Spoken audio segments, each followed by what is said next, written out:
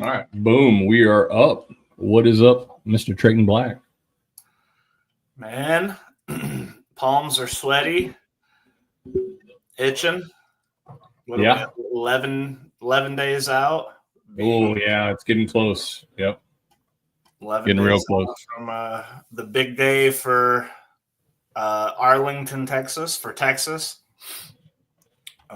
Super excited to have East versus West here. Hopefully we'll get a lot more of these in the future after they see the turnout that comes. Yeah. Efren, we're late. Fashionably late. Fashionably late. Yeah. Yeah. So EVW 17, Arlington.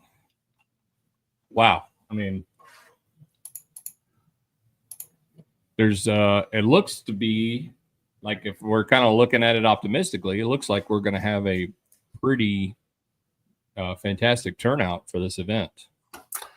Yeah, I mean, it's almost pretty hard to be optimistic at this point, right?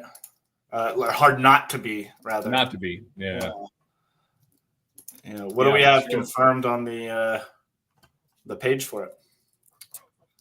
So if you go, I mean, I don't like to kind of look at. Yeah, it's never like 100%. Like, here's the thing, like, trending wise, Facebook events have generally always been slightly higher than what says they're coming.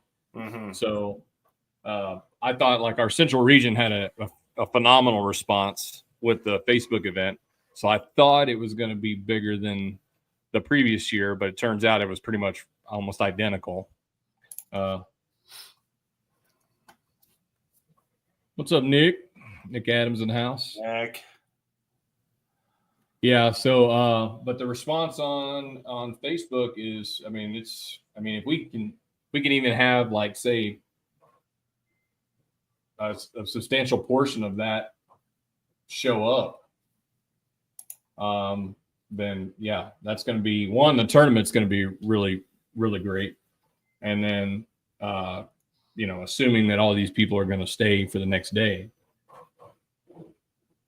Yeah, so the people that I talk to and the communities that I'm involved in and groups that I'm in, it really is like everybody and their mom type of a situation is doing what they can to show up for this. It's exciting.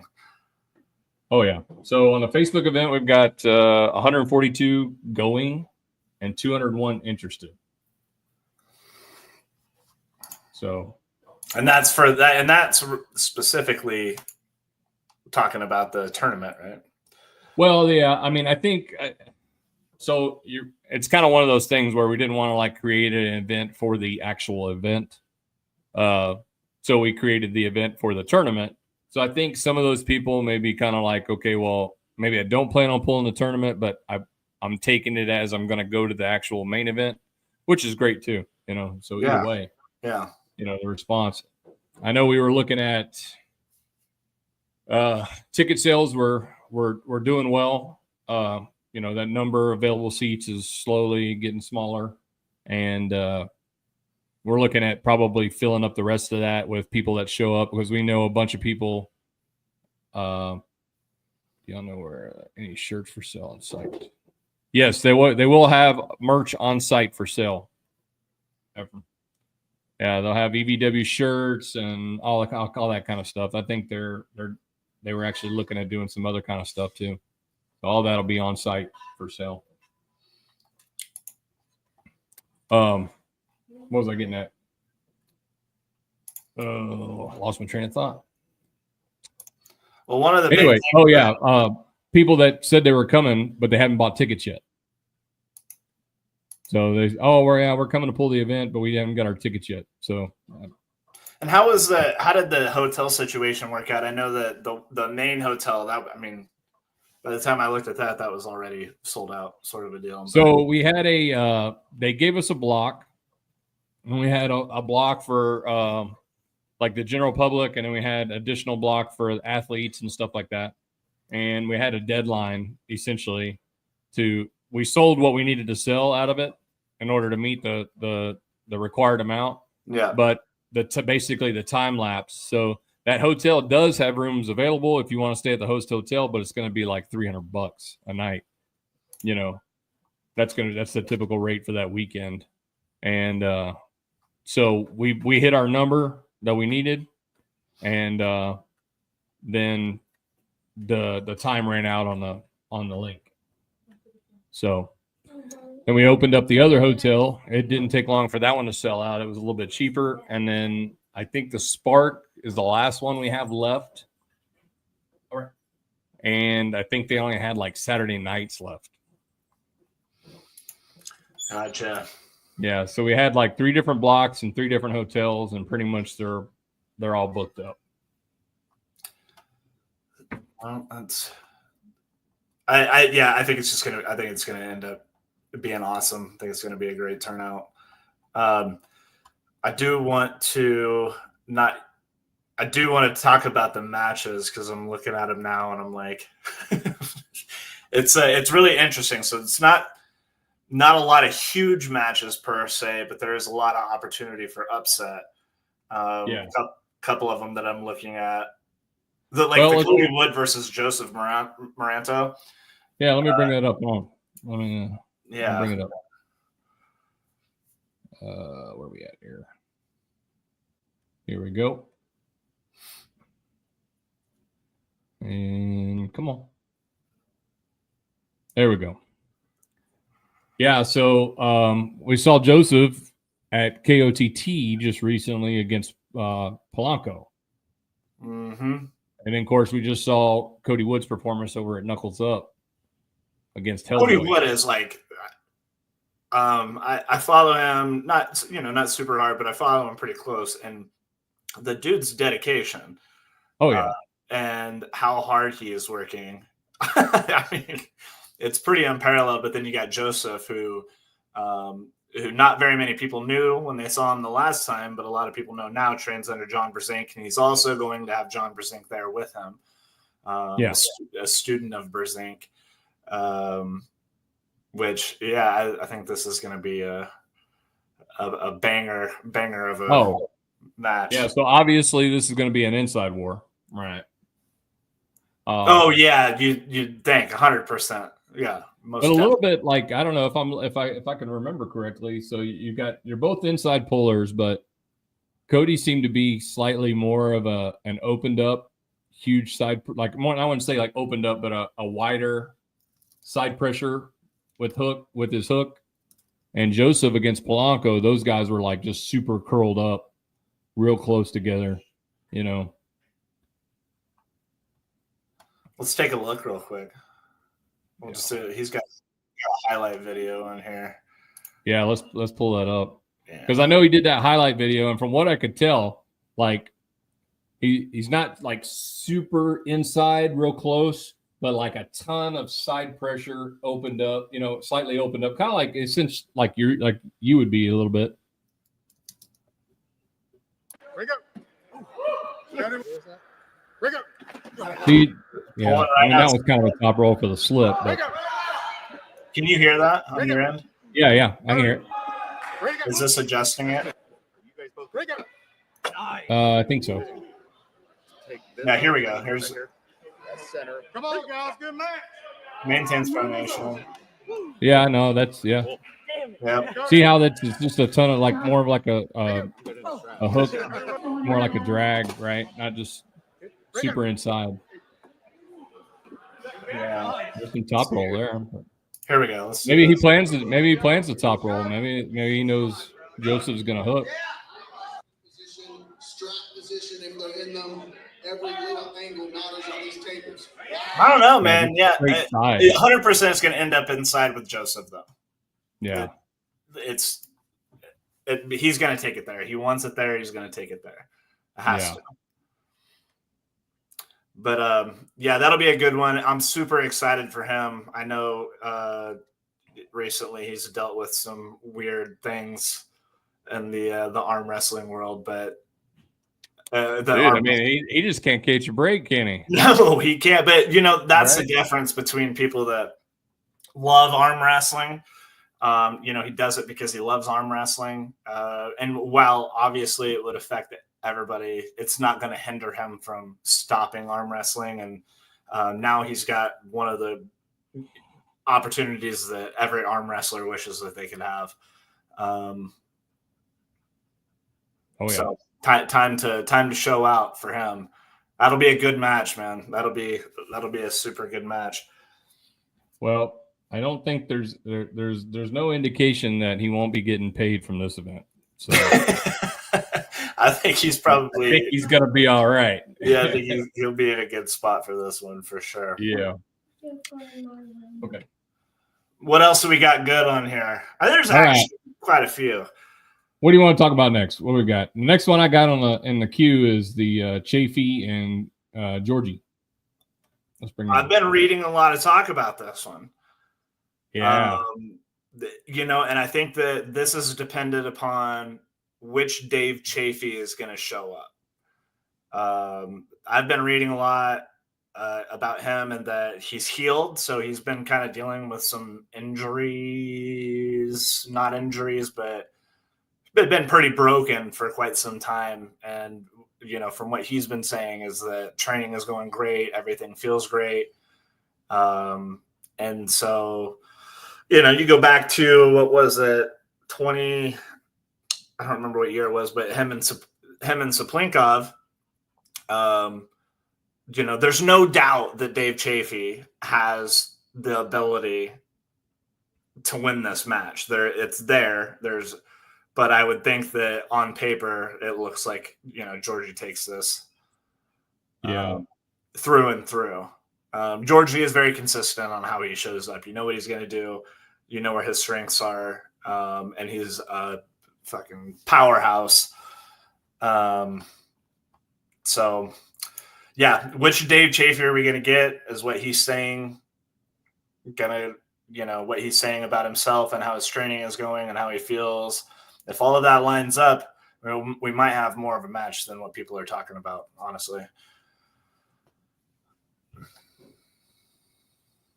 Yeah, I mean, but I'm going to go Georgie on this one. I'm going to go Georgie is going to be that's going to be my pick. Style wise, I mean, this could be. I mean, depending upon how close they are in power, this could be because Dave's going to have a longer liver. Right. Yes, he's got that working in his favor for sure. But that good posting top roll of Georgie's, if they're close in power level, like you could see like that moment in the middle of the table, like, all right, who's got a little bit more, Mm-hmm. So I think it's a good match. I really do. Like, I think that if we get a perfect Dave Chafee for this,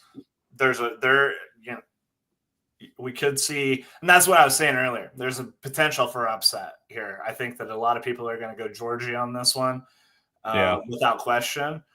But which Dave do we get? Well, let's just, since we're doing this and everybody else does it, let's do a little. Let's. All right, so we did the Wood and Cody and Joseph, right? We did. All right, who you got on that one? I have to go Joseph. All right. I'm going to go with Cody. So we'll see who comes out on top at the end. I think with Joseph, it's pure. It's to the point. He knows where he's going. He knows how to get there. And the endurance is unparalleled. Like, I am excited for the day that somebody can match his endurance. And we get to, but I mean, that dude is he's an animal. I'm gonna take Joseph there, and I'm gonna take Georgie. All right. So anti-American. I'm just that one's kind of a difficult one for me because I'm like, It's I want Dave to win. I'm taking Georgie for the pick. Yeah, I think I'll go with that one too. All right, let's knock that one out and bring another one up. So next on the list is, here we go. Decades in waiting. This one's fun. This one is so fun. Okay, I did not know anything about Yoshi, really. up until him and Todd Hutchings. Yeah. And then I totally thought that Todd was just gonna like. I'm like, who's this guy? I've never heard of him. I know he's been in the sport forever. That's what I knew about him. He's been around forever. And then it was a little worrisome there for a bit between him and Todd. Yeah. And so, but I am going to take Brzezinski on this one. Anthony Lowe in the house chiming in a little bit. Yeah, Dave used to be great against top. Yeah, I could see that. Yeah, I could see how that, like, his style could definitely shut top rollers down like that. I think it's totally dependent upon which Dave are we going to get. Yeah. I hope that it is just the phenom Dave Chafee that we have seen in the past. And, you know, he has healed, like he has claimed he's healed up from those injuries. I know he jumped into the stem cell thing. And that, you know, has got great results from, you know, at least what I know. So we will see. Yeah. I'm going to go with, going back to this one, I'm going to go with John as well. I think you can't bet against John. No, I just think, you know, the way Yoshi pulled Todd, and it wasn't, I guess in a sense, it wasn't an easy match, but I think with the way Todd kind of gives his hand away with his side pressure and everything like that, I think John's going to keep all that.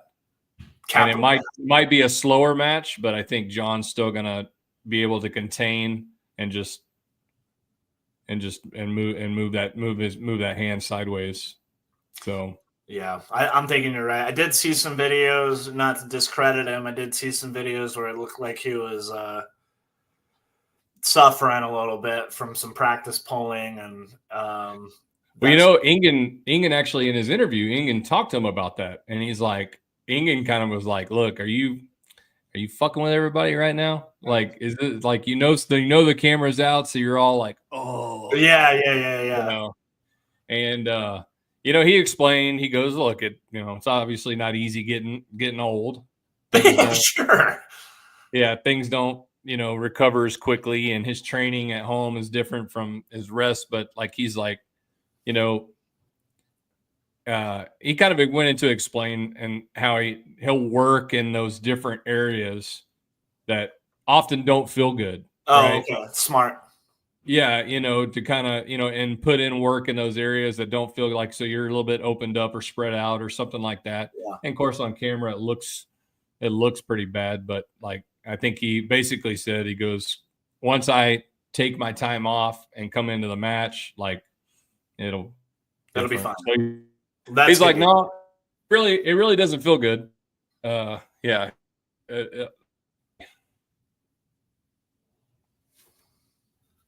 So yeah, I think that was a good one. A little bit like we were saying, different card, right? Got some versus Canada matches and stuff like that. East, actually West. I know that I've seen a little bit of chatter and how some people might be a little bit disappointed. And, look, sometimes these cards come together how they come together.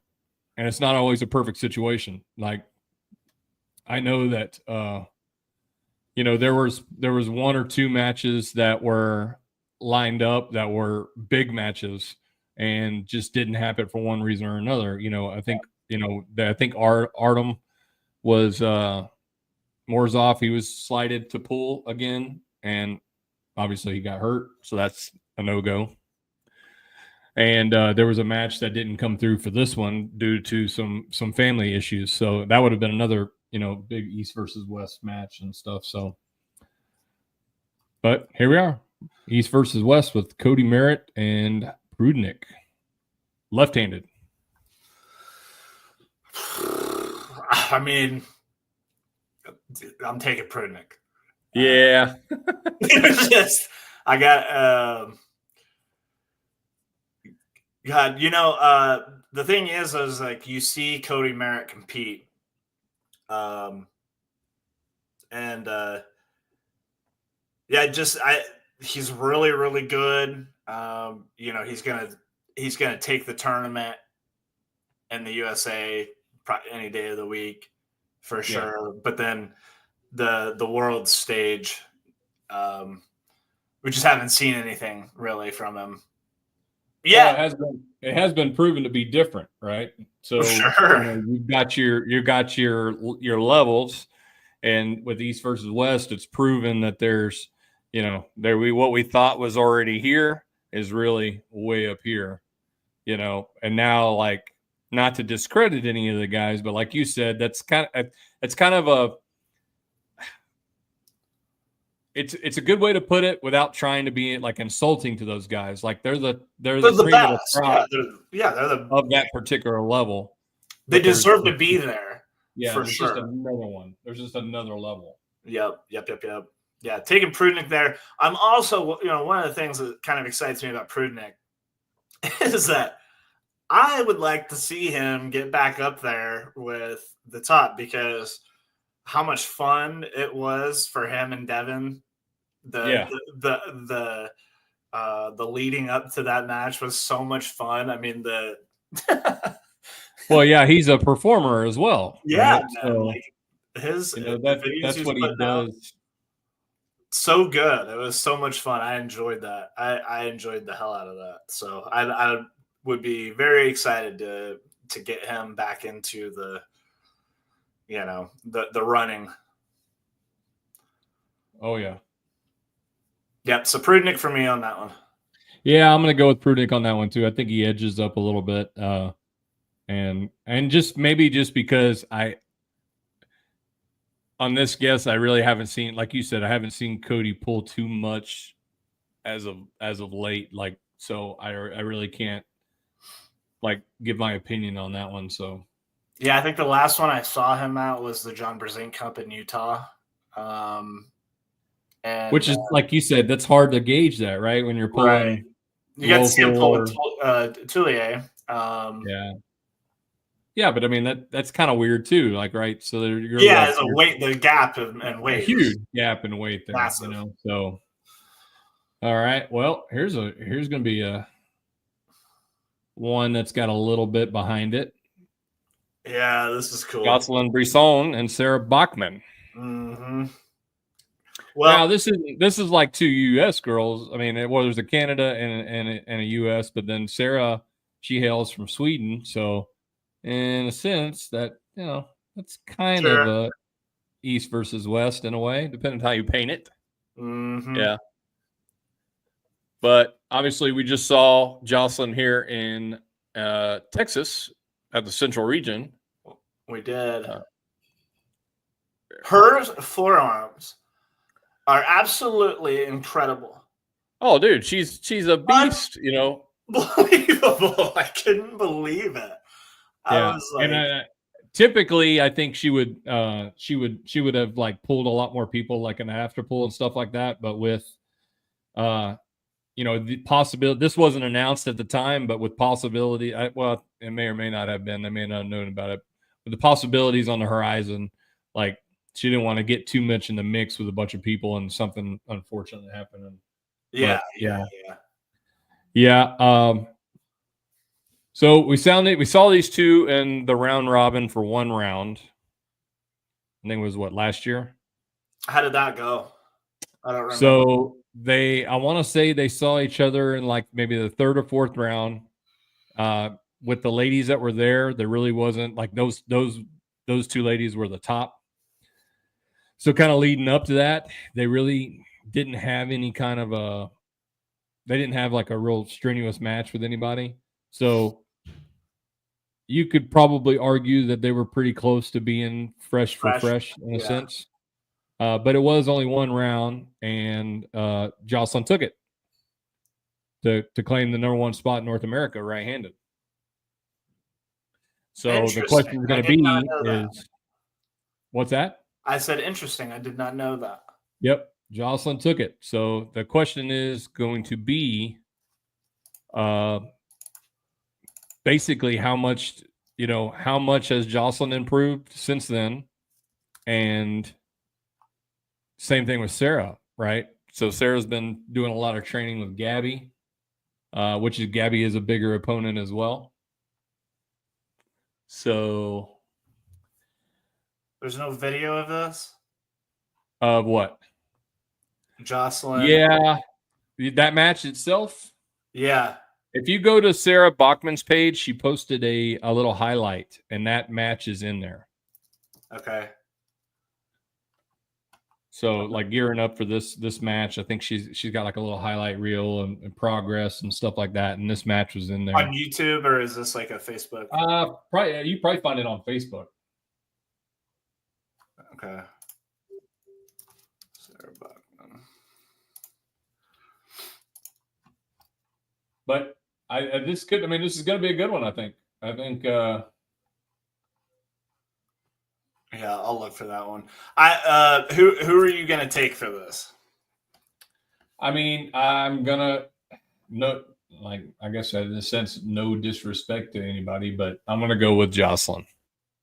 I think that they saw each other back then, and maybe Sarah wasn't in a realm of being peaked or anything like that, but I still think that Jocelyn has made big enough strides to keep that gap, that distance. So who's this? Chimp Flipper. I think Sarah was not really prepared for Jocelyn. More comfortable. So I think I agree with that. I think probably Sarah probably walked into that round robin not expecting a Jocelyn. And rightfully so, because that happens to a lot of people, right? You know, you think you got it, and you kind of walk in there, you're like, maybe I didn't take off enough rest or whatever. And dude, I just saw that.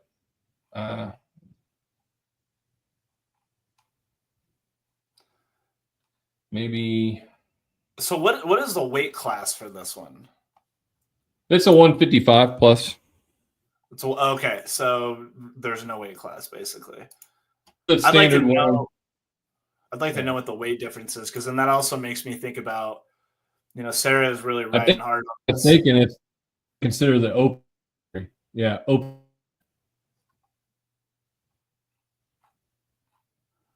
Yeah, she's really been riding hard on this. The GLP-1, the peptides, and stuff like that. And then I know she's really working on a strict curl world record trainings. I haven't seen a whole lot of. I'm gonna have to.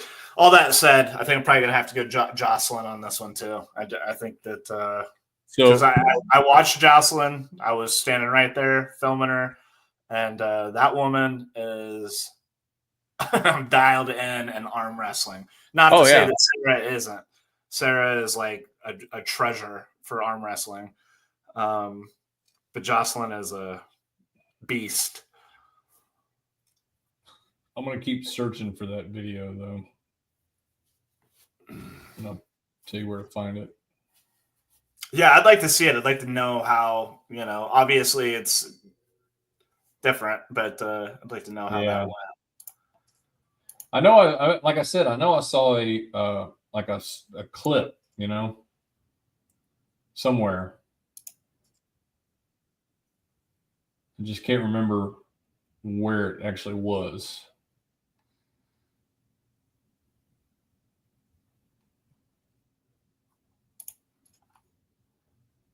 Yeah, if you go to her YouTube channel, there's some recent videos in there, her training with Gabby and stuff like that. Now, the strict curl, I think, could help her in this sense, because when she lost to Jocelyn in the round robin, it was like Jocelyn hooked her, and she was a little bit palm up, and so maybe the strict curl is going to help, maybe give her a sticky point, but. I just don't know that. I still just don't know. I think, like I said, Jocelyn's, she's still blowing through weights and stuff like that, and on the powerlifting side of things and stuff like that. So yeah, I'm gonna go with Jocelyn too, for sure. Oh, let's see here. We got Mr. Nathan in the house. What Just say, up? let me in. I know I'm busy. Oh, what's up, Nathan? Working. You probably already done this like 5 times with all the podcasts you've done already, going through these matches, but Got more to do. Yeah. yeah.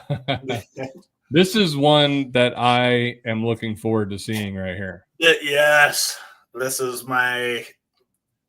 right here is the Yes. match that I am just all in on and super excited for. Really? This one over Mindy and Giannis? I didn't say it was I was me. the most excited about this one. I said this I one am. I'm just excited to see. Well, I was talking about Trayton. Yeah, Oh, no, okay. this one is really, man. Matt Mask is obviously one of the staples for me, anyways. But I know that just in the sport in general, that really, especially after the WAL days, seeing him in Devon, he's really one of the staples that has built this sport, in my opinion. And I'm probably his number one fan, really. And I want to see him. And I think that he's on the track for it. I want to see him, really be as competitive as he should be. And I think that this is a good opportunity for him to show out. He's been doing great lately. Yeah, I'm excited for this one, man. Super excited. The 105 kilo class is definitely Matt's best class, right? He's absolutely giant for the weight class. Huge. Also, you couldn't have two polar opposite individuals on the table. You have Matt that is like he's the wild horse for a reason, and then you have Keter Gali who is just absolutely stoic and precise and yeah, calm definitely. and does not show emotion very often. Technical. Like, to absolute T. Not that Matt isn't technical, but I would say that Kurtigali's technicality. Keter Gali is one of the most technical arm wrestlers on the planet. And I'm not taking away from anybody else, but like the man can pull anywhere and he can initiate any position as well. Like he's not afraid to. I mean, anybody that thinks he doesn't have power, just go back and watch the match between him and Alex Krdecha when he snapped Krdecha into a hook and was able to stop Krdecha that way. Like, he's pulled Levon Saganishvili. He's pulled all the giants. So, like, this is Matt's chance to show out. And, like, we don't know how. I mean, I'm assuming just because, Ungerbayev took the match, right? So he's going to be ready. But how is he now that he's had the elbow surgery? That's the big thing, right? That's where I see. I know that. And in my mind, it is like maybe possibly making me a little bit more excited for the match for Matt as a fan of his, because I'm like, but it's probably being a little bit unfair about it. But, how technical he is, I'm sure that he wouldn't have taken this match if he was not feeling like he's absolutely ready to go back into it. Oh, yeah, 100%. For me, that's I'm going Matt Mask on this one, and I think that's against y'all can make picks. I'm not making picks because I have to be around these people unless they want to be mad at me. So, well, I'm making picks, so I don't care. Well, okay. Let me rephrase that. I have to pick these people up from the airport. So, yeah. Well, I might have to pick one or two up too. I don't know. I might have. You're going to be doing a lot of running around that day. This is true. Yeah, we may need you to sub in on a couple. I'll say my apologies later. It's better to ask for forgiveness than permission. So yeah. All right, we got Chimp said, did Jocelyn Elizabeth ever pull right? No, and I don't even think they. So one thing, if you haven't noticed about Elizabeth, is like she's very motivated in what she like wants to do. So she doesn't do any after pulling or anything like that. Like she basically pulled her matches, hung out for a little while, and then left. Yeah, they've Jocelyn Elizabeth have never touched hands at all on the table. Yeah, and I don't even think they haven't practiced together either. Yeah, so no. I'll be one of the only people in the world to say that the way that Elizabeth is handling it after pulling is a huge thing for all arm wrestlers. Everybody loves it, but it also is a way of getting information. And, we all know that. And I'm a huge fan of being calculated in the way that she's doing it, because you've never really seen her shy away from too much when it comes to, taking matches, so on and so forth. She's very much in it. So, here's the thing too, is they probably, even if they both were there and there wasn't anything on the horizon, they probably wouldn't have touched hands anyway, because that, in a sense, could be a possible match like later on down the road, like on a national level. For sure. If Elizabeth decides to keep trying to, go up in the ladies 155 plus ranks nationally, Jocelyn's going to be the top. Yeah, you got to go. I mean, then you got to deal with what? You have to deal with Sarah, Heidi Corder, Sure. Sarah Wilson, and then Jocelyn. No, there's a hell of a ladder there, but in someone's mind, and someone's kind of thinking moving forward. I think if I kind of think, I understand Elizabeth's thinking a little bit. Angie Bath too. Let's not count her out. For sure. Yeah. Ooh, I wanted to show this real quick. Change the subject a little bit, but I think this is what you were talking about. Paul Cruz in the house. What's up? What's up, Paul? We were talking about Paul's match earlier on the Can-Am Connection with Bogdan Stoita. Oh yeah. That's all that stuff's coming up this weekend. So, what are we looking at here? That's right here. This is the coolest thing ever. You guys probably know what I'm. Oh yeah. Top roll, come back up. Oh, I don't think flop press, top roll. No, it's the one with Iraqli. He where he snaps into a hook and then quickly jumps out. Yep.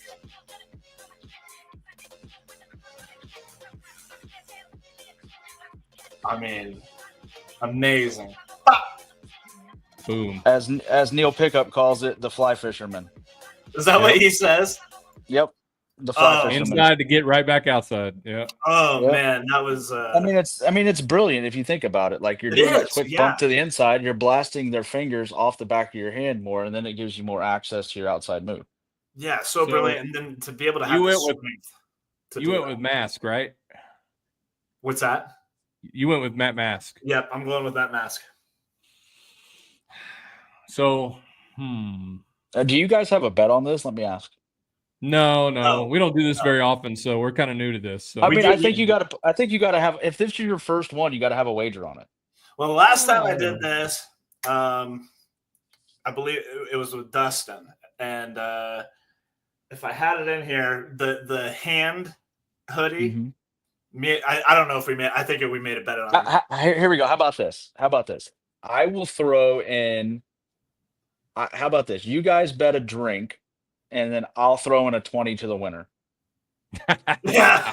Okay, we can do that. That's small enough. Well, it depends. Billy didn't make his pick yet. Okay, so here's the thing. I'm gonna make a slight little thing. I think obviously this goes to the straps. 100%. Yeah, definitely. And I think if Angerbayev is ready, I think he wins. Okay. So I'm gonna go with the chance, like you said. I don't think he comes back to the table unless he knows he's ready. So I'll go with just him. Be fair. It's whoever picks the most winners gets the drink and the 20. Sure. Oh, okay. Yeah. We're rolling with the whole thing. Okay. Yeah. It encompasses the whole thing. Oh yeah, for sure. Real quick, it was just that match. I'm like, hold on. I got a side question. When are we thinking the finals are going to run on Saturday? That's one thing we're discussing right now, but I believe we get access to the building around 8 a.m. So it will happen early that way. Yeah. I'm saying, I would say 9:45, 10-ish. That way everything's there and good to go. Obviously that's subject to change, but I think that's a safe assessment. I'm going to say 10-ish tentatively. Yeah, put 10 tentatively. Yeah. But I will. Right. I mean, like I do have the table and stuff here, the platform. So nice. I'll be bringing that up to the hotel and stuff. That way, that's good to go. I'm still missing something. Yes, I know. Be quiet. Still missing that. A very important piece here. Yeah, I'm working on that. Yeah, I know. All right. Moving on. All right, here we go. Here's a banger. Boom. Ooh, yeah. This one's exciting too. Yes. On paper, Craig Tullier. The activity of John Tyrion,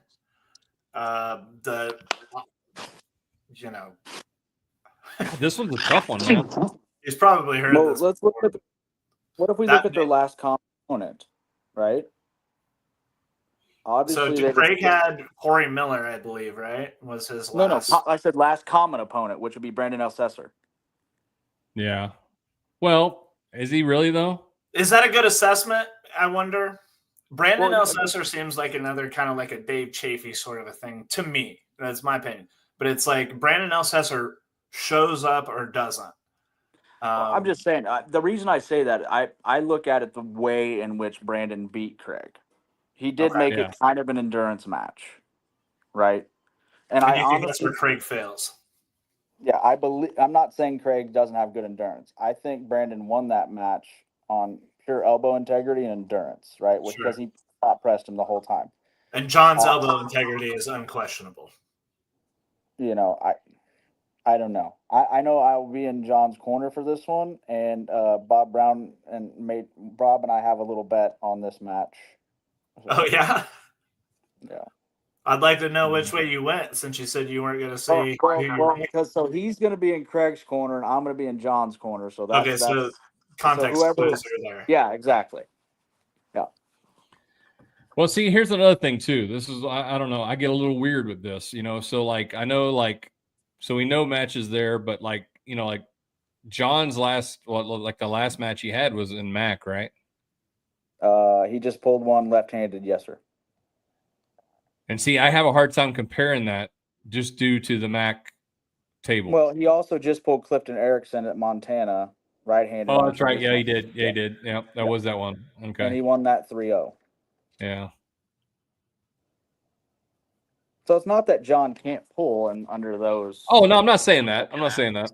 It's just it's a tough match, man. I see it playing out in different ways. Like I see the scenario where just Craig is way too explosive off the start and he just goes straight through John. But I also see a spot where, John could get some purchase and make this an absolute war. There's Well, I think kind of going forward with that, right? So when you talk about explosiveness, I think and Craig is known for like that that second and third hit.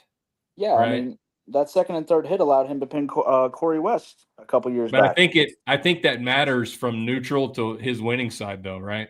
So if it does, if John, I think can weather the first hit and stay to his positive side, I don't know that those extra hits are going to produce anything. I mean, I think John's best course of victory, right, is to try to in some way, shape, or form neutralize Craig's speed. Yeah. Because Craig's speed and ability to hit from center to the A side is absolutely incredible. It is. Yeah. So John's center table, in my opinion, is going to have to be an absolute rock to try to neutralize that. I'm going to go with John. Well, and I think the reason I'm going to do that is because I think this match for John is bigger than it is for Craig. I think can you say that though? Can you say that though? Because this could be Craig's first step to getting back to Samusha. I don't know. I mean, that may be the case though. But I mean, on like so Craig's already kind of like right. He's like still at the door. Oh, he's right there. Yeah, and John's still trying to walk from the walk up the sidewalk basically. Yeah, this is a great match. And it really is, especially for North America itself, right? Yeah. Like these two are clearly the number one and number two, and it's great that we have this platform where they're going to be able to see who the best in North America truly is at this weight class. Yeah, I'm going to take Thule on this. I think hand and wrist integrity are going to take the cake along with the speed. I'm going to take the old blood here. Put me down for that one. I just think you're going to take. What'd you say you're going to take? I'm taking Thule. Touye. All right. Touye. Is that how you say it? Yeah. Yay. Touye. All right. Let's move on to the next one. Oh, Todd 3 in the house. Hello. What's going on, guys? All right. Let's see what we got next. Craig Touye. Oh, yeah, here we go. Devin and Corey. So I don't know. I mean, I don't know. I think this match may be interesting in the sense that I think that I don't know if we'll see all the. I don't know. We may not see all the antics and everything from Devin on this one, Which may end up being a problem for him. I mean, I do see a path to victory for both. Obviously, Devin is so good. Like, he's so good in setups. He's so good tactically. Like, and he's not going to just jump headfirst at Corey and be like, "Oh, I'm going to see if I can hold you power on power." Like, No, that's he's silly. not that. No. He's going to chip away at Corey's hand and try to bleed out his hand, and then later on, yeah, he'll try inside with Corey. I could for sure see that. But I also see a lane where Corey is just so strong that he's able to suck Devin in somehow and just go on the A side. but here's the thing, right? So that's going to happen probably in round 1 and 2, right? Do you think Corey's going to have the endurance for? Let's just hypothetically say he's that much powerful and he's able to get that round 1 and maybe 2 pin on him. Do you think he's going to have anything left for the rest of the match? I don't know, but I don't foresee Corey. If Corey wins this match, I don't see him winning it here. I just don't. I see him winning here. Where he's able to hit Devin to the A side and then transition and get everything behind his shoulder and press Devin down. Yeah, like we saw on Arm Wars with him and Camille Jablonski. Camille, and then was it Georgie too that he lost left hand on Arm Wars as well? I don't remember. I know he lost to Camille 6-0. Somebody's ringing. Not anymore. And I know that loss is irritating. I just think power for power, Corey's got that one. And if Devin wins, it's going to be due to an endurance situation. That's the only option I see. I mean, I don't know if you can say it's just power on power. This version of Devin we're seeing, this giant 300+ pound Devin. I mean, if we look at the way he did Gennady, like, when's the last time you see Gennady just get controlled like that? Yeah. Like, again, we're talking about the right hand, the non-pumpkin hand. Well, he's been training. Yeah. How much of that the getting to the go though takes out of Oh man. Oh yeah. If he can bleed out anything. This will be. I mean, everything will be refs. This match will be all ref script, I'm sure. So I mean, there might not be a whole lot of it. And, I don't think Corey's the type that's going to play that game. I think he'll just kind of sit up there and be, stoic and calm, and the ref script, and then they go at it. And that brings up a point that I have wanted to chime in on about the camera angles of the setup.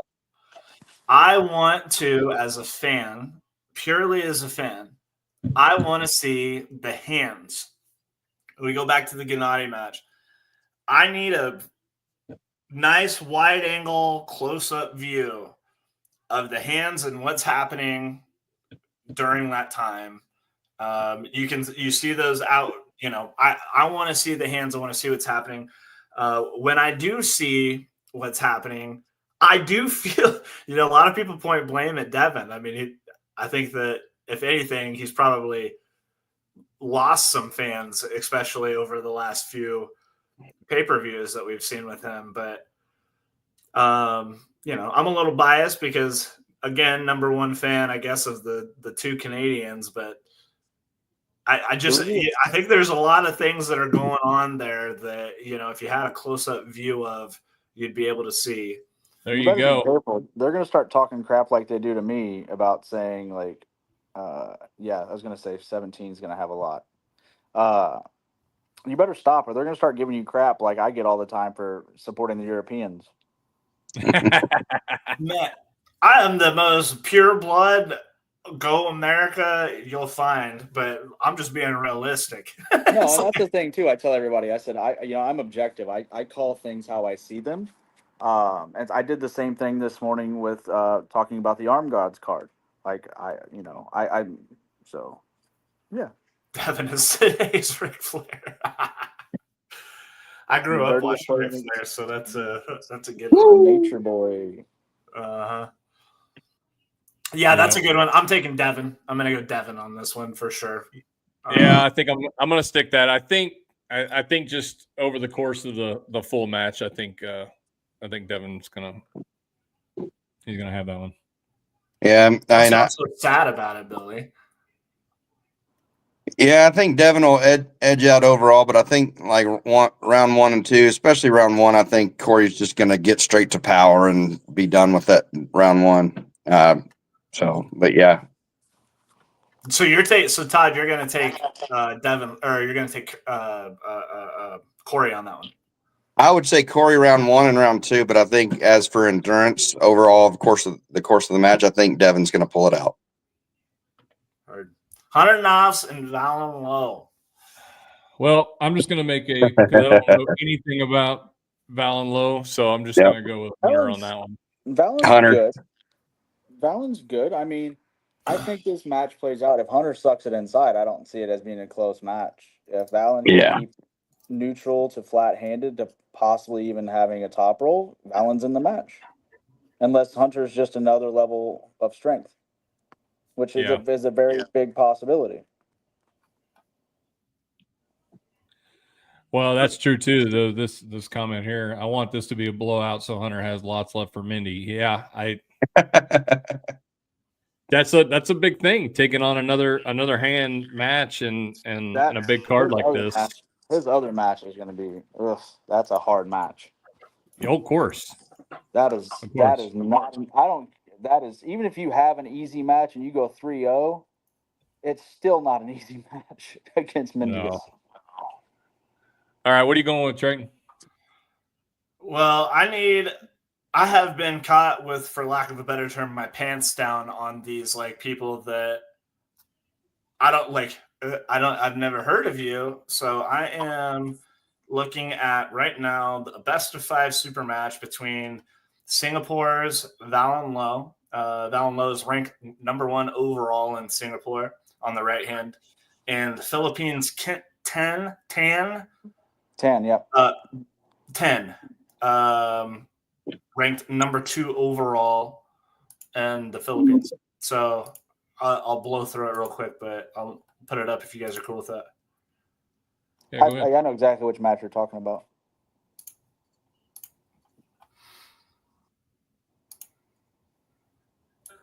Valen does like the top roll. So. Let me speed this up a little bit here.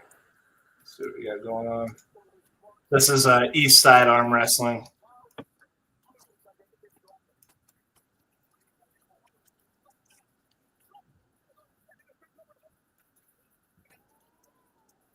It looks a lot different than what he does in that picture, I have to say.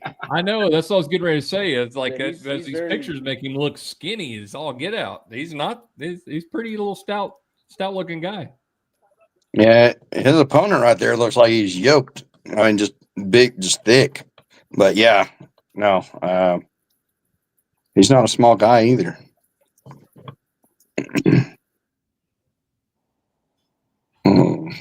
Good old arm wrestling. 30 minutes to get the match. 30 minutes in between matches. Here we go. Jeez. Now these guys are both on a hook. He's built. Oh yeah. Okay. Ooh. That's Valen Lowe. 1-0 looks like not worried about going outside or inside at all, and that. Yeah, it was a cup and sideways. Bro, he looks vastly different. Ooh. He is way bigger than what he looks like in that picture. Yeah. So it kind of looks like he may be pulling on slightly just like Hunter. Yeah. I mean, it might be a little bit more interesting of a match. I just, a lot of times this will happen. Somebody gets thrown into something and you don't have no idea who they are. And it's like, I'm going to go Hunter Knopf's on this. Hunter. All right. I'm going to take Hunter, but that is just because I am a full-blooded American. But looks like you might have something going for him. Ooh, this is great. Everybody loves this one. Yep. Everybody loves this one, and why wouldn't you? Oh man. So I have talked to Giannis, by the way, about this match. So I'm just gonna go with Giannis because one, I've always enjoyed watching him pull and how he does things and all that stuff. Nothing against Mindy. He's super, like, he could easily take this, I think, in a sense, but Giannis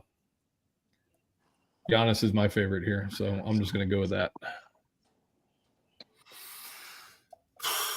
Okay, here's one thing that I need to know. At the same time, so this is you're doing what? I said I have to pick them both up from the same flight at the same time. Don't say nothing. Don't say nothing. So, it was funny. I had chatted with them. I was like, "Look, guys, I know you have a match, but let's not have any fights in the truck on the way to the hotel." They're like, they both just laughed. So tell them they got a thumb wrestle for shotgun. No, definitely not. I gotta think that. So here's the thing that is important, in my opinion. Does Mindy pull Giannis first? I don't know. So I could be wrong, but I believe they're pulling right-handed first and then left-handed after. Okay. I believe. I could be completely mistaken. So they're going to be really fresh for fresh, these two, for this match. Yes. Okay. I am a little concerned about the match with the Bam Bull, and the recovery that Giannis has had. No, he's great. He just went over to I can't remember, and took fourth and only lost to super heavyweights. And like we're talking guys that compete at WAF Worlds. So sure, I'm with it. I'm with you. But I mean, if you're worried about the Bama Bull match, like I would take what Justin Bishop said into account. I mean, he made the statement that the version of him that showed up to pull Giannis was better than the version that pulled Mindy. Well, I guess all things considered, I'm gonna have to go Giannis on this one too. But I do think that, oh man, Mindy is this match. In my opinion, this match is one right here. Right in the center of the table. Yeah, I think Giannis has the knowledge base to make the adjustments to pull it out. The work ethic of that man is unparalleled. Yeah. He lost to Mindy already. There's Sylvester Stallone. Yeah, it's a great name. So we all think it's going to be a strap match as well? Oh, yeah, 100%. Yeah. Because Giannis, I kind of pull like Giannis in the sense, and of course Mindy's the more low hand generally. Low hand, yeah. So I think they even agreed to the strap on the podcast, if I remember. Oh, wow. Really? Okay. Yeah, I think they. I mean, it would go there inevitably anyway, because neither of them in that particular. If Mindy if he goes low hand and Giannis does what he does, then that they're just going to be holding each other's fingertips. One thing I'd like to see on these posters for these matches is how many matches they're going to have. Is it? Oh, so all matches are best of 5 and title matches are best of 7. That's standard operating procedure. Okay. Yes, sir. Cool. I did not know that, so that's good to know. Okay. No. So, yep, I'm going Giannis. All right. That's a little over the top. I was going to say he's not a fan of Mindy, can't we? All right, let's get this one off of here. And Yeah, I think I came in too late for the Craig 2-year one. I think Craig actually gets that one. Just throwing it out there a little later, but yeah. I'm with you on that. Don't Todd. forget. Yeah. So these two just pulled not so long ago, in, last June in Arizona. Who took Sharkovich took that one, right? Shark. Andre- Shark's been Andre crazy won. dominant lately. Andre won that, and then but then like Arson pulled the tournament, and I believe took second too. So I mean, it's going to be interesting to see, right? It's hard to assess a lot. I mean, you can see things from a round robin, but also in super matches you get that chance to adjust. So it'll be nice to see them in a super match with each other. So what I've seen too, though, is Arson's going to be he's much faster. Yeah. And Andre's more of just like that. I mean, just a solid, real slow, static. Yeah. Just a static wall. Yeah. Gets control and then takes over the match. Yeah, I think if Oh, look at that. They're meeting right in the middle there. Arson feels good right there. This is why I said it's going to be an interesting super match. Yeah. The bicep is really dependable for this is a tournament, right? So it's a round robin. No, this was a round robin, yeah. Yeah, that was the 220. Huh. And so here's the thing too. That was 220. They're both going to be a little bit bigger. It's at 231. So will that make a difference too? Yeah. A bigger shark. Yeah, a bigger shark. Yeah, that's he's got a lot of room to put on more weight. Yeah. I'm actually going to take Arson on this one though. That's where I am going to go with that. Like I said, I'm not making jokes. I'm going to go the opposite. I'm going to take Shark. All right, Billy. And then I think the only one, actually, I might have missed this one. I don't know. The only one I don't have now that I'm looking through them is the Hunter and Mindy. There was a flyer made for that one, but I don't remember where. I think it's on the EVW page, or maybe. Yeah, I think I might have gotten it late. If you check Ingen's, I got you. Yeah, see if you can find it. I didn't get that one. Did you already discuss Dave and Gyorgi and John and Yoshi? Yep. This is the last one. So John and Yoshi, I'm pretty sure is the main event. So. Okay. Well deserved, of course. Well, yeah, that's decades in the making, right? Right. 15 years. Yeah. So Hunter and Mindy. Yoshi's out of where again? Japan. Yes. Okay. Who was the Asian puller that had a whole movie about them on Netflix? I don't remember, but he was in. I mean, Yoshi was in Korea. Never mind. Yoshi was in Pulling John and had a match in there with John. Gotcha. And gave John a good fight too. I'm going with Mindy on this one. I think we'll see that again. Yeah. All right, Mendagas and Hunter. Yep, I'm going with Mindy on this one. And Mindy's he's left hand is his ace in the hole, right? Yeah. Well, I mean, Mindy's right is his really good arm, but like don't forget Mindy's won WAF Worlds on the left. He won WAF Worlds on the left and right that same year, and he's got wins over Daniel Prokopchik and people like that on the left hand as well. That was a great match. I think I'm going Mindy on this one. Oh, that was on the right, but I'm saying in the past he has pinned Prokopchik and people like that on the left hand. So Mindy's left is good. Man, imagine Hunter Knopfs can get in there. I mean, really, this is a breakout for him, right? Like, this is 100% his toughest match to date, bar none. Yeah, and imagine the young and powerful Hunter Knopfs can get a bite on Mindy and get in there with that aggression that we all know that he has. Yeah. It is. I'm going to go on a pretty solid assumption that he's Irish. It's his month.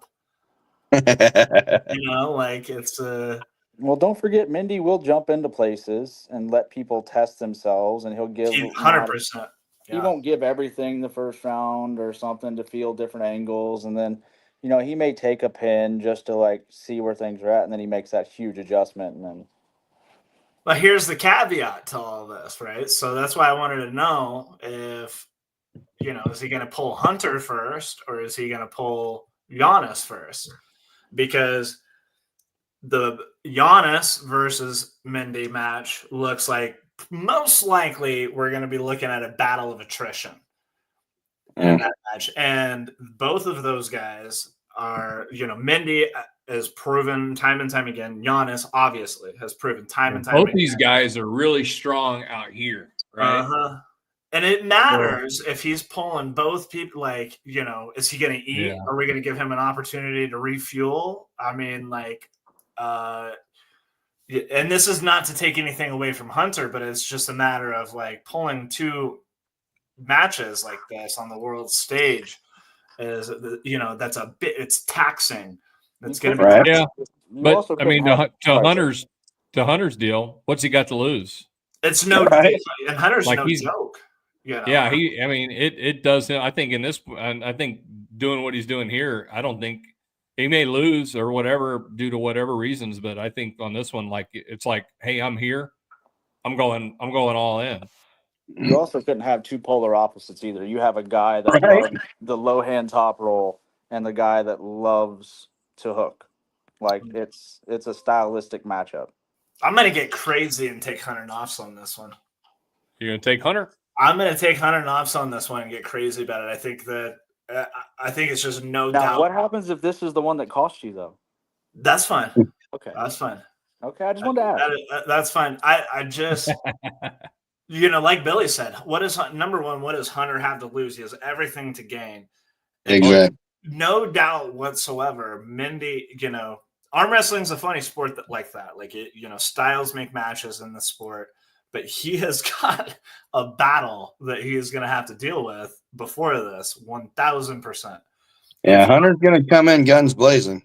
You know that. And he's going to. Yeah, definitely. He's coming in. And so, Mindy's left arm's going to be fresh, but God, that's going to suck. Anybody pulling Giannis, you just got done talking about how Giannis was pulling the supers. We are missing what could be the Joker in all this, which is Valen Lowe. What happens if Valen? Everybody's talking. Oh, they want Hunter. Everybody thinks Hunter's gonna. What happens hypothetically if Valen hangs Hunter up? Yeah, And For sure. Mindy goes right through Giannis. For sure. Now we have the exact opposite scenario, where Mindy's fresh going into that match. In my mind, what I'm thinking is that what if Valen just goes right through Hunter? Yeah. When I know that the Giannis and Mindy match is going to be a battle of attrition, but what if he just goes right through Hunter and he's taxed, but he's not nearly as taxed as Mindy, which I feel almost 100% confident in saying that Mindy, like he's going to be taxed after that Giannis match.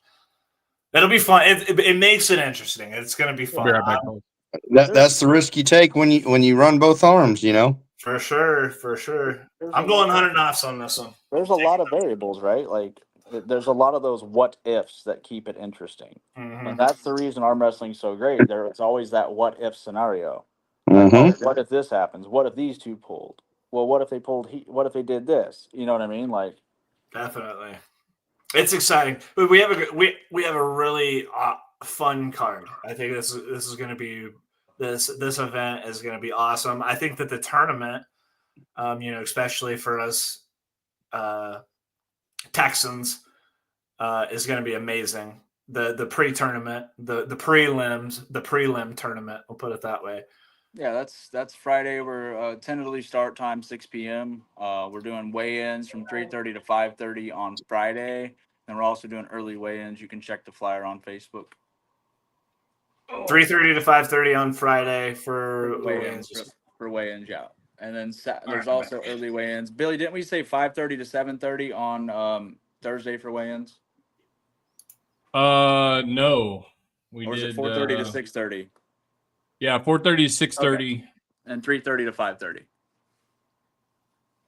Yeah, so we're talking about the Yeah, I was just saying, like, if they turn. And don't forget, guys, too, that are paying attention. If you purchase the ticket to you purchase your ticket to EBW to come watch the show live, your second arm, you pay for your first arm into the tournament, your second arm's free, right? So what that means is if you're going to pull right-handed and left-handed, you can pay for your right arm, your left arm is free. If you are somebody that only pulls right-handed and you're going to pull, let's say, a master's class in the open class, you pay for your open class, the master's class is free. Is there an amateur class or is it just masters and open? No, there is an amateur class. All the weight classes are the EBW weight classes. Okay. So amateur. So the way it's going to work is amateurs and masters will be ran all the way through to decide the top three. Open will run left and right, and women will run down to the top two, and then the top two will come back Saturday and compete at the Nice. esports arena to decide who the winner is. I was So trying to obviously, bring the up person coming in with the B side already has a loss, so they'll have to win twice. Hmm. Any out of staters worth noting that are going to show up for this? There's tournament? a ton. Yep. Like I've talked to a lot of people, and there are a ton. You want to do some name drops? No, I've been sworn to secrecy by them. Oh, really? Yeah. Interesting. Sometimes that's best because they don't want other people to know they're coming. Well, Yeah, great. I know Nathan's had some reach out to him. I've had a couple reach out to me. So Yeah. I think it's going to be a good tournament. That's exciting. That's super exciting. Well, We're gonna have East Coast, West Coast. I'm sure the surrounding states will be coming in. People from the Northeast are coming in. The Midwest. Like I said, make sure you get your tickets at ebwsports.com though. Like, Have you heard it of if anyone from South America coming up? Because there's a few folks that I've seen some chatter that were interested that have come to like or there was one in particular that came to WAL in Fort Worth 2019. So he's been waiting to come back to Dallas for another tournament. But he has the opportunity. Like I said, I haven't seen Mhm. anybody clamoring for that. But I Gotcha. have been contacted by a lot of individuals to, get details and information about it. So, and I know Billy, you have too. Yep. and then again, so if we could just real quick go through what the weight classes look like in pounds. So you have 70, you have 154, like 170, 171, a 186. Is it one at 209, 231, 253, and 253 plus? Cool. And then is there a weight allowance? Clothing allowance? 2 pound allowance? Well, let's just put it this way. I'm not going to be following people to the bathroom to weigh in. So Right. I'm So definitely not following people. But is there a 2 pound allowance on the weight? There is. Okay. Like I said, So I'm not following people. there was a little bit of a back and forth with all that. When me Yeah. and Nathan wanted something, somebody else wanted something. So we're just It is what it is. Yeah. Well, you guys want to talk about it, or No. we want to be all No. secret Santa? Like people get their feelings hurt too easy these days. that's true. I mean, look at UFC. You either make weight or you don't. You make weight or you don't. That's right. Definitely. There Well, won't be 48-hour weigh-ins though. Let's put it that way. all right. I barely make my weight class every time, so. All right, Nathan, here's the ultimate question. What is the cover charge going to be for the after poll? Don't know yet. Well, geez. I told you. What are you advertising for, Nathan? Figure it out, man. Some of these things are beyond my pay grade, sir. So Nice cop out, buddy. All right. Well, I think they're still trying to work out the. You get can the people get a? Well, like I said, What's our range? It's not gonna break the bank. I can promise you that. It's not gonna be like $50. It's not gonna be. I think that number right there is good enough. It's like in the sense of like if we know that is where our maximum is going to be. Yeah. I didn't hear anything you said. Yeah, we kind of lost you there. It's not going to be $50. It will be less than that.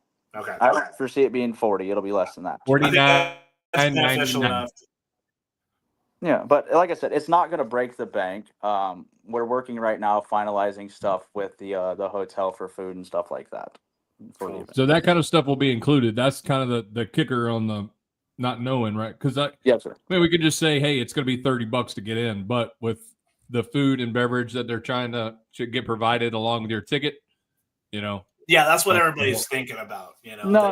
They know that it's going to be kind of an Like I said, all-inclusive sort of a deal. we'll have that number figured out. I should have it figured out in the next couple days. So. Cool. I know a lot of people are waiting to hear, you know, what that looks like, and so yeah, that's good information to have. Good information. Well, I'd say plan for more than what you think, and it could be less.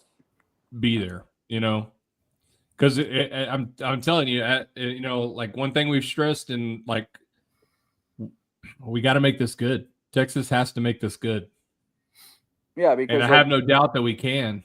Yeah. I just don't want, you know, I hate for an opportunity to pass this up because, you know, Texas just isn't. They fall flat. You know, for lack of a better, it's got to be profitable, right? We got to be. They got, you know, they got to. It's got to make sense to come back here. So we want it. You know, we want them to leave Texas on that weekend and go. All right, we're already starting to plan the next one in Texas. Yeah, and ultimately, the crowd involvement is going to be huge. We want the crowd to be insane during the matches, and obviously, like being loud. I'm not talking. Yeah, we're in Texas, so like you know that people are going to be losing. Yeah. I mean, if anybody comes from Austin, you know there's going to be some volume there. Yeah, but I'm talking. I'm talking. Hear D Woody off on the side. Yeah. That's what I'm referring to. Like, you know, being, you know, cheering the athletes on, but like not belligerent like that. Yeah, we're gonna be tolerated. We'll be howling. I'm sure I'll be howling and I'll be working. Like there will there will be concessions available too at esports, along with merchandise as well to purchase. We are going to have some of our sponsors will be there as well, having stuff set up, so you can come check in on our sponsors. EVW will have merchandise set up as well for purchase. Yeah, there was somebody asked about that earlier. They were wondering about if there was going to be any shirts. There are other stuff that is coming too. I'll actually have some of it showing up to my house tomorrow. So I'll have any raffles.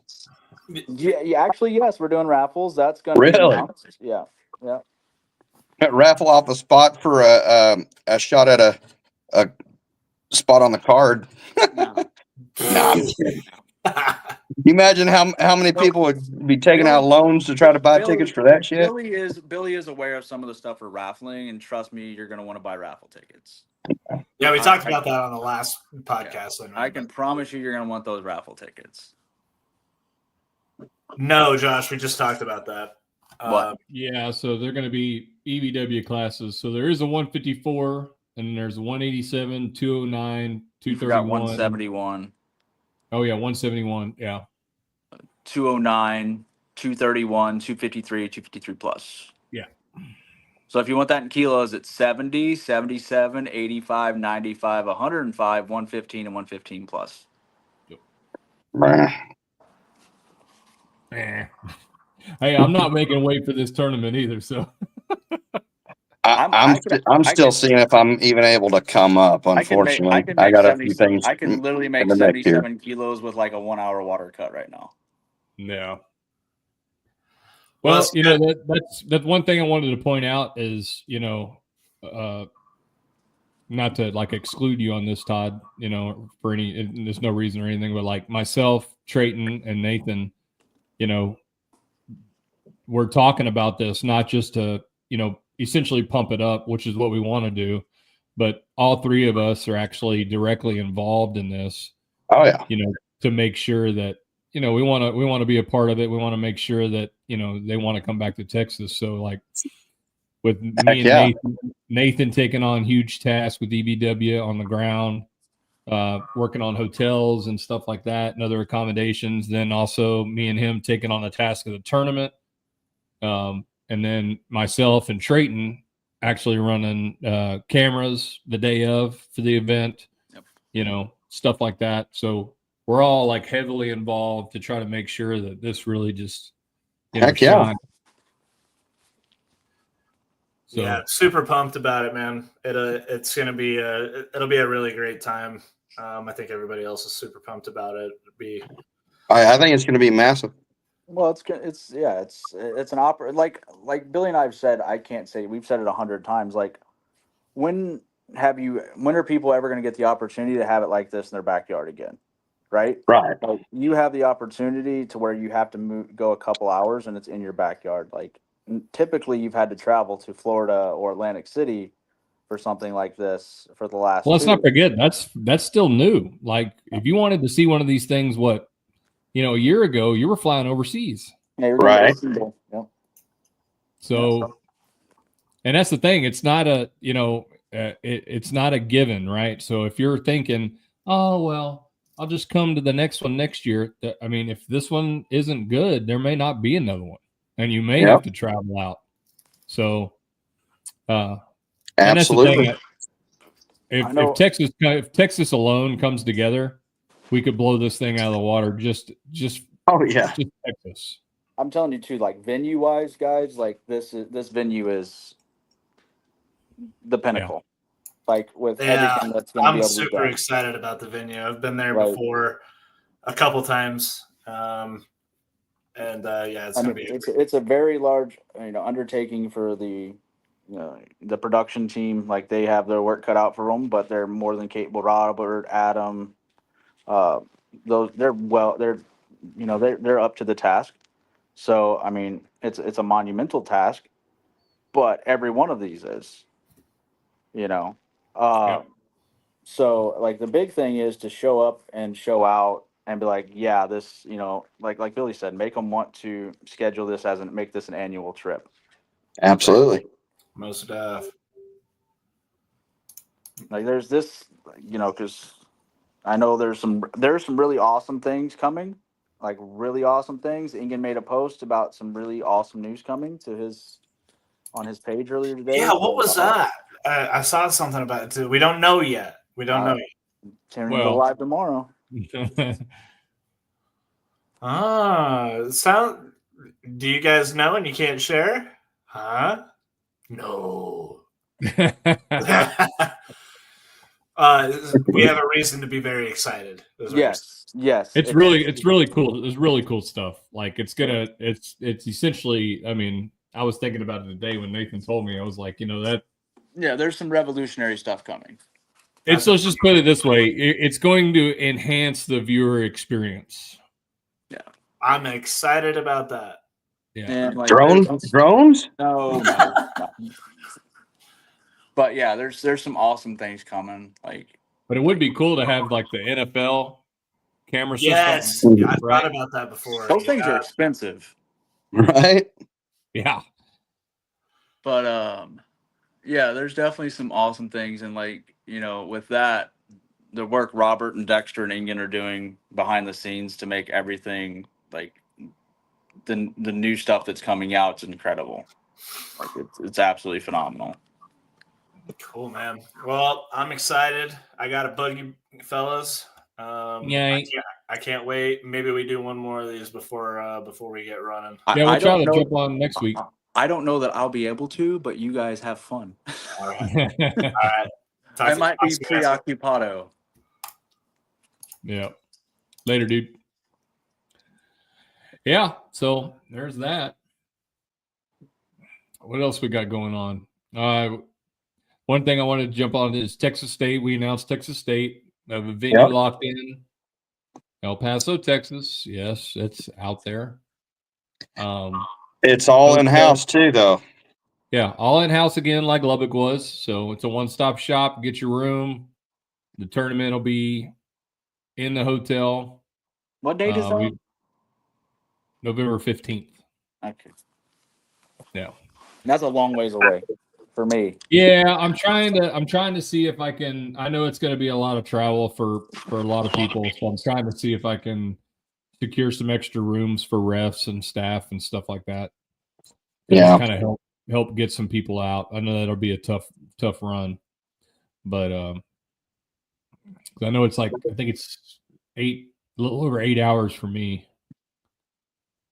It's a good ways. I think 6.5 at least for me. Well, y'all, But yeah. I don't really mind the drive out to El Paso though. Like I've heard a lot of people don't like, they talk about it and they're like, I don't like it. I don't like There's driving some north. scenery. Yeah, dirt. Well, it depends if you go through hill country or if you go Oil. through. Yeah. And hay farms. But yeah, El Paso, Texas, November 15th. It's let me make sure I get the venue correct, because apparently there are a couple different venues with the same close to the same name. Wasn't the Drury, was it? No, I think it was the Best Western. I think you're right. It was I think it used to be like a Hilton or something like that, convention center style. It's not the Dewdrop Inn, so that's good. No, it's not. So That's good.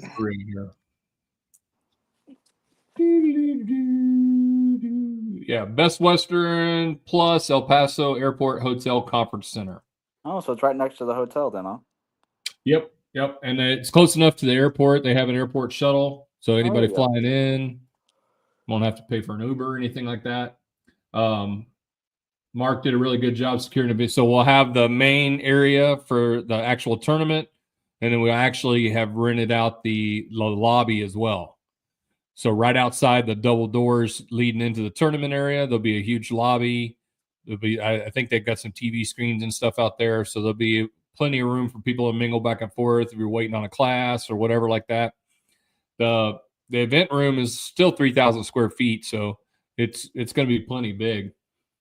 And on-site security for at night. No, I'm just kidding. Yeah. We've been doing well enough this year, so we want to go ahead and put it out there. There are going to be $500 first place cash payouts, in the open class. What? It has to be 4 in a class, right? Yeah, I have 4 in a class, and we don't. I typically don't foresee that being a problem in the men's classes, but the women's. Yeah, I know. You're right. Class. So, I'm going to do the 2 women's classes, so they receive the same payouts as well if they get 4 to the class. And we're just kind of gearing up for that. We just announced that, I think, this last week, so things will start pumping out for that. I'm wearing a wig. No, I'm just kidding. Yeah.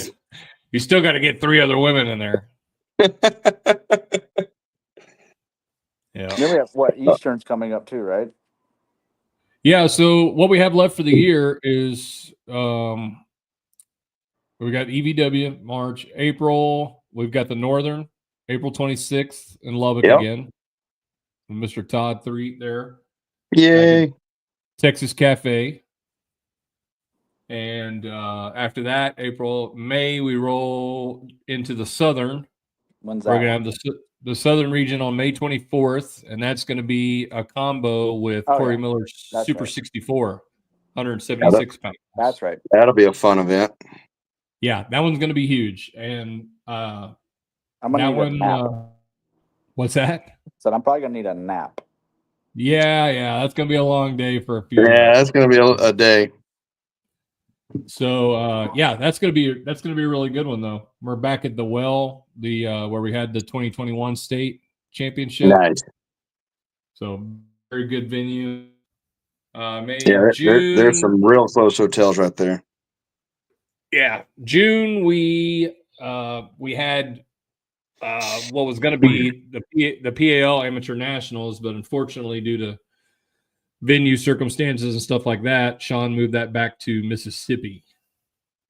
So right now June is open, but I'm kind of looking at filler possibly towards the end of June to help do a little something and raise some extra funds for Texas State. So we'll like a super match event or something. I was thinking about something along the lines of either round robin style or a a smaller bracket, like super match style bracket. You know, where it's a single elimination. I was gonna say you could do a best of 3. Everybody pulls a best of 3, moves on to the next best of 3. Yeah. So it'd be a single elimination, and we'd limit the class size on it because we don't want to have. Yeah, you could do a random draw up to like 12 people and go through. It'd be a bigger buy-in than our typical tournament, so we're probably looking at something like maybe $100 buy-in on it, and then doing at least a 50% payout on it. Yeah, I think that's completely fair. I think folks will like that. Mid-year, middle of summer. Yeah. And that'll help get us some extra funds for Texas State, and then whatever refs they'll be paid out of that, and then you'll be able to compete for some cash payouts. So, yep, we got some sponsorship stuff coming or incoming for Northern. I'll get with you about that. So, yep, we already got one. So Lubbock Sports is back on board again. Yep, Gainiac's going to be on board, and we're looking at a couple others that would be repeats. So nice, very nice. Gainiac's really cool. They had a big old booth set up at Texas State. That was really cool. Yeah, that one was fun. Yeah, Steve's excited. He wants to be able to set back up. We'll have to figure out something at Texas Cafe for him. But hey, bring some TAL shirts up with you on Thursday when you come up.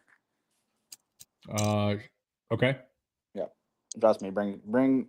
Hey, I don't want to I don't want to pull like the little sut. You know, when we it's pull not, around. It's not that. But trust me. Okay. Not like to sell, but for another reason. Yeah, I got you. PR purposes. Gotcha. Yeah. Let's see what else. Let's see. May, June. So that might be in June, July. I don't know. Really, honestly, as far as we go, there's nothing. And then I don't know what WSA is going to do. So.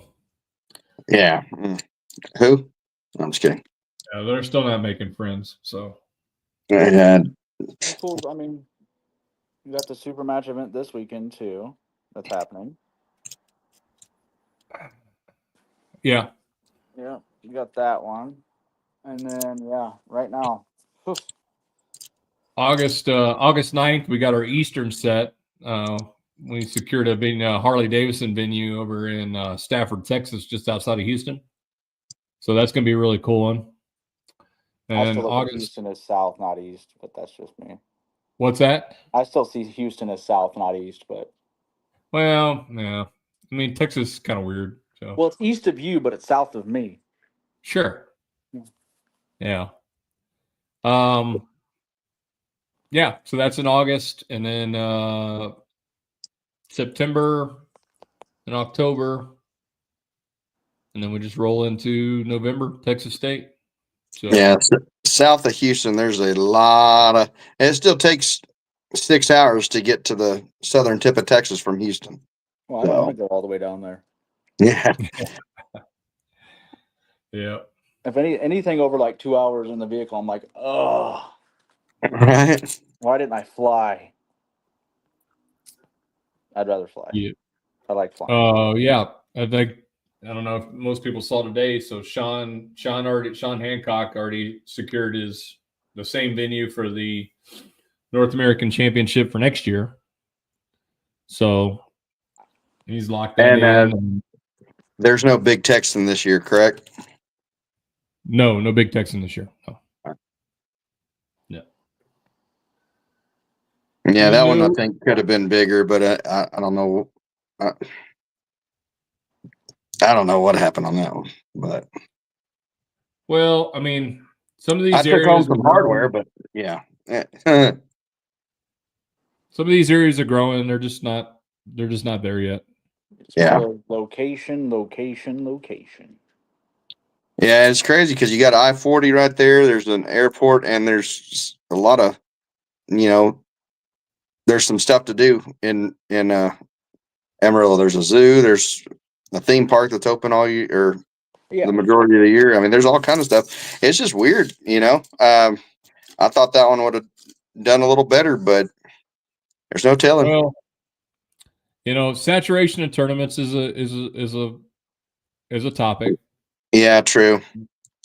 And what that has basically done, from what I've seen, is it's kept a lot of people in their backyard. Yeah. Brought the numbers down. And like, I'm not trying to sound mean, Todd, but I've never seen an arm wrestler go, I'm going to this event because they got an awesome zoo. No, I'm just talking about stuff for the kids, since it, what TAL is pushing for family friendly events and stuff like that. So yeah, no, but I think it with all these smaller events and stuff like that in people's backyard, people get to be the king of their little corner of the state, and then they stay over there, and then you start to see less and less of them traveling out, and which I get it. If you're not, depends on what your aspirations are in arm wrestling, I guess, But and then if you cut the amount of events down too far, then everyone and their mother wants to try to come back in to fill in the gaps. So that's just, it's a delicate balance. I think that's the day and age we're in, right? Is everybody wants to be a promotion, but I think gone are the days of where everybody was trying to go to every tournament and hit them up because of the level of competition and the prize money. But with that being said, you do have events that do pay out prize money, like Texas State and places like that, where people tend to attend more than other things because there is a cash payout. Yeah. Well, you have to kind of look at it this way. No, don't get me wrong. I think, and Ryan Carter kind of painted it perfectly in our post with that. Was that a couple people complaining about El Paso, and he's like, look, Texas State pays out some decent money, and it's going to bring in some decent pullers from other states that maybe you typically will never see if you decide, hey, I'm only going to pull around the Houston area or whatever in East Texas. Those guys aren't coming over here, and you're not going over there. So it does present an opportunity in which you could branch out and see some different competition, stuff like that. Yeah, you'll probably see some heavy hitters from Arizona and New Mexico.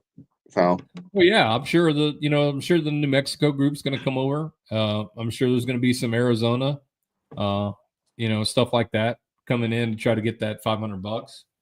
So, it's not a huge payout, but it's definitely not. It's definitely something you can make your weekend out of. You're one of those guys that can pull, the 98, the 220, the 42s, and the supers and give people a run for their money. Yeah, that's a good payday. That could be potentially exactly. Yep. So yeah, it's. But I, having said that, we've talked about this multiple times before, and it started the rotation. This was set before I even became president. So I decided that, hey, I'm going to stick with it. Every region is going to get their opportunity to host that Texas State, and then after that, it's always going to be in Lubbock after that. So yeah, I'm out. Hey, I'm happy with Lubbock. I think it did Lubbock well. did great on Texas State, so I'm hoping that we get another chance. After this, at some point in time, we should make them have to bid. We should make the region have to bid for it. Right. Whoever gets the most sponsorships for the tournament wins. I'll play that game. No, it's not most sponsorship. It has to be sponsorship money. Oh no, I do pretty good on sponsorships. Just ask Billy. I'm phoning a friend. Yeah. Yeah, but my thing with Texas State is, and it falls right into the model, is that we have our regionals. The local guys get their event to compete in. They get to test their skills. And then at the end of the year, like Texas State should be busting 400 entries.